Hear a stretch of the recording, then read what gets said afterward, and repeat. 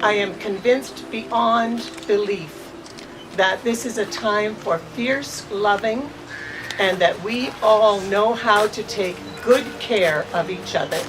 And this is the time we have chosen to do that. Step into your power and rise into who you truly are. This is Brendon, aka Skull Babylon, rebirthed from within, documenting, journaling, the ongoing shift in consciousness. Today is a very important day here in London, Ontario, Canada, in solidarity with people all across the world. We are gathering as part of the Women's March as a stand for love in the times when hate is oh so rampant. This is a call to action. This is a call to unity. This is a call to love. We are all activists. From this moment forward, we are all revolutionaries of love. From this moment forward, we are revolutionaries of justice, and we will carry on that way, and we will build this spirit.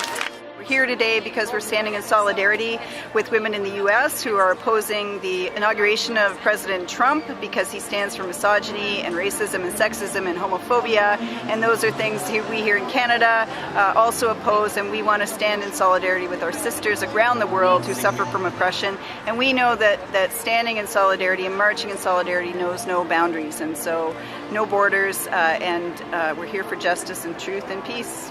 Excuse me, sir, my body is not a place for your conquest. Don't get me wrong, I am a mystery. To me, this march is about standing up for women everywhere in solidarity to say, you have a story and I have a story, we all have stories, but that doesn't mean that the significance of each of our stories goes down. It means that we stand together, we put our stories together and stand up for everyone in this world. And if you dare to venture, sir, beyond the color of my eyes, beyond the touch of my skin, beyond the places on my body that you want to own, you will find oceans that you will drown in if you are not ready to sail.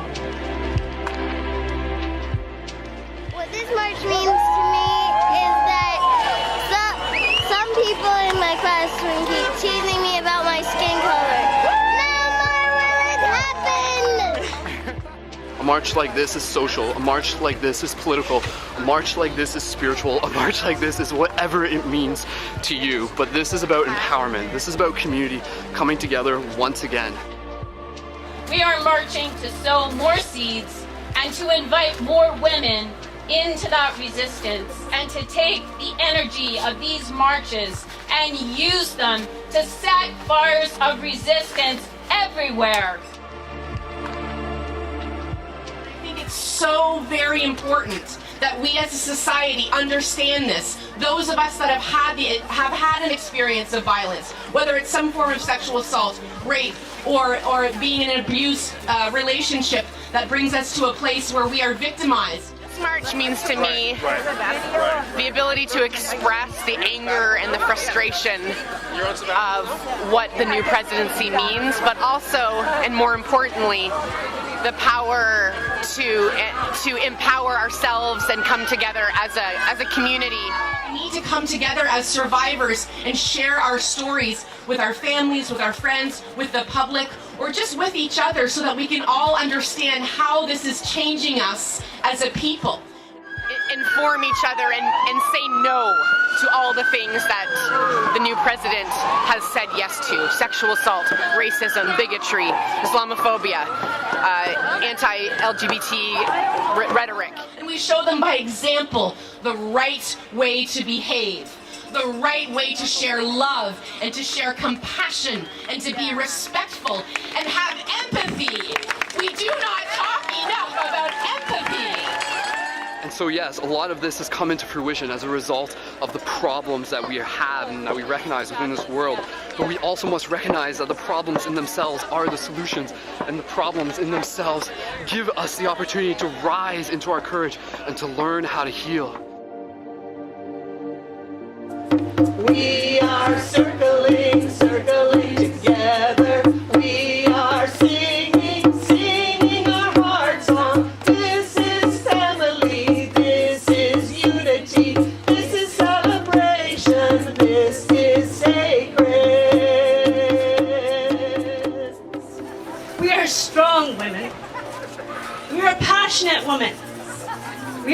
daughters of all. We are the daughters of all, and we are the creators of all. I hope that people take this momentum home with them, keep having these difficult conversations across their dinner table, in their communities, among their family and friends, and not let the movement stop here, but continue to fight fascism and all the ways it manifests in both the American and Canadian systems. Donald Trump said he started a movement. He did start a movement, but not the one he was thinking he was starting. And so let us be reminded of the women who rise up in the face and the stories of oppression for us to activate the guardians and the warrior archetypes within us. The women inspire me, and as a male with the divine feminine within all of us, it is an honor to be able to share this journey with such beautiful souls. All of us. This is about all of us. We can march and we can protest, but really what it's about is developing more love inside ourselves so we can do that for others. So fierce love. Continue to be fierce love for ourselves so that we can spread that love into the community as a collective and raise the vibration of radical love for humanity. Proud like a peacock, proud black woman. Proud sister queen. Courageous, strong, passionate for my people. Steadfast to the rhythm of the drums.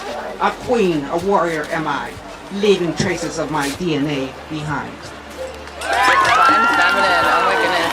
I think it's a time for everybody to embrace the yin and yang, men, women, non-binary, gender fluid. It's not just about women embracing the divine feminine, but it's about men embracing that side as well.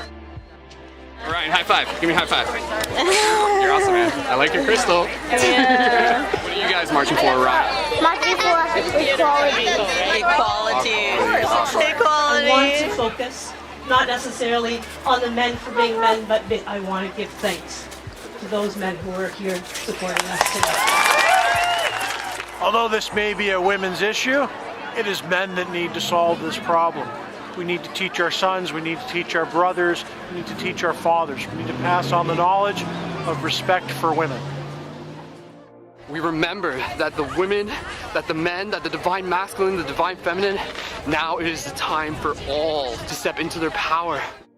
If you dare to venture beyond my skin, you will find skies filled of love and compassion that centuries of women have instilled within me. I hope that people can increase their hope instead of submitting for that feeling of hopelessness and disappointment and despair. But what you should know, sir, is that only I own the map. I am not a land for you to occupy. By the realities of the lived experiences of my sisters, who are not just women, but Indigenous women, Black women, immigrant women, women with disabilities, queer women, trans women, and two-spirited. Our voices, your voices, are needed. They are required. I hope that they look and see, oh my goodness, look at how many people are standing with me. Look at how many people identify with me. And because of that, I am going to be proud of who I am, and I'm going to stand up for myself. So if you must grab me by something, let it be my heart. It is what makes the world a compassionate place. If you must grab me by something, let it be my mind. It is what spreads wisdom in this world like wildfire. I was really glad to hear that they changed it from an anti-Trump rally to a pro-peace, because I think it's very important to be for something than against something. We're American, and she came from the States here to this march. We live here outside of London. This march is for all the feisty women out there. We come from a long line of feisty women, us 3 generations, and we're here to support all of our fellow women across the world. I'm proud to be here. I'm proud of Canada for having this march. I'm proud of the world for standing up for women. Connect with people who are here, network, start discussions, create groups, find ways in which you can create meaningful change. Like, I think that's, I hope, why everybody came out here today. This means everybody has the opportunity to be treated with respect and dignity. That's it. So what comes out of this? The next chapter in our ongoing story as a collective. This is an opportunity for more people to know that we can make a difference. And that difference is made when we collectively project our intention. We are more powerful than we realize within this beautiful holographic matrix. Our love, our intentions, our voice, and our shared dream are what create this reality. We have to fight for our rights and continue on messaging that we are important and we're here to stay. An opportunity like this invites all of us to heal ourselves, to heal as a community, and in turn heal the world. The story continues with the love that we share. This is Skull Babylon. We'll see you in the future. Much love.